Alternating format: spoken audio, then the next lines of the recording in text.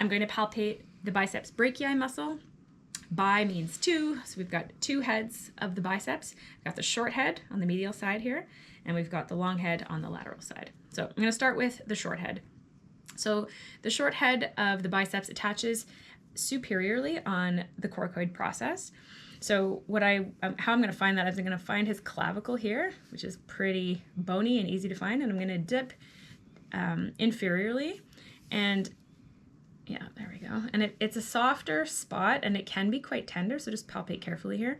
When I feel like I have it, sort of a sticking out piece there, what I'm going to do is, because this is scapula, not humerus, I'm going to rotate the humerus laterally medially, and I don't feel it moving underneath me, so I know that that is in fact the coracoid.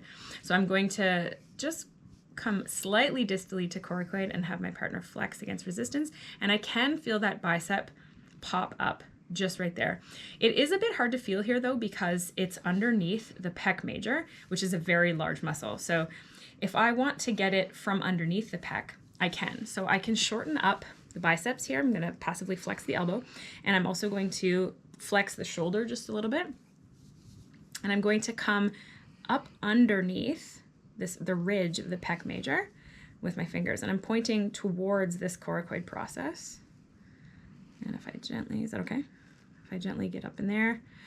Now if you could just slightly flex, yeah. So I can feel that coracoid process and that short head of the bicep flexing. Do it again. Yeah. And flex and hold a bit for me. Perfect. I'm going to palpate it down, and it's more tendinous up here, so I can feel it as it comes out from underneath the pec. Okay, you can relax. And I can palpate it the rest of the way down the humerus. And the short head blends in with the long head about mid-humerus here. So the long head is going to attach superiorly at the supraglenoid tubercle, and we're not going to be able to actually palpate that because it disappears under the bony acromion process right here. So, but we can palpate it as it comes out and as it passes through the intertubercular groove. Okay, so the way that I like to do that, I'll find the acromion here, and then I will come distal, and as I hit just under the deltoid here, I'm going to start to rotate the humerus back and forth, and I'm going to be able to start feeling, there it is. I can feel the lesser and the greater tubercle and the intertubercular groove in between them.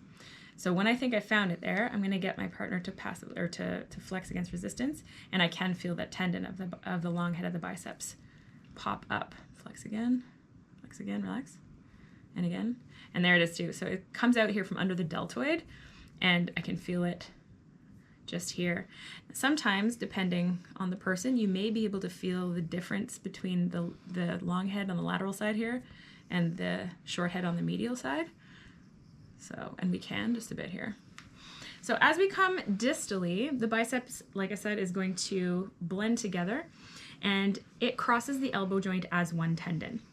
This tendon here, just flex gently against me, is super palpable. You can almost pick it up. You can stick your finger under it and hook it. It's actually a special test. And as we can palpate it, just stay lightly flexed there. I'm going to palpate it as it crosses the elbow joint. It's going to go in two different directions. You can relax. And it's going to head towards the ulna and attach into the bicipital aponeurosis, which is, it sort of fans out here and attaches to the fascia on the medial side of the arm.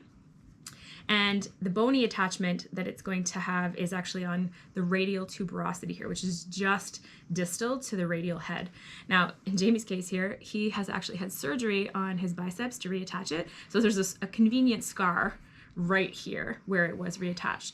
So what I'm going to do here, if your partner does not have a scar, I'm going to just shorten it up again and sink in, just so. It's a bit bony here. And I'm going to passively pronate and supinate his arm so I can feel that radius spinning, and I know that I'm on the right spot.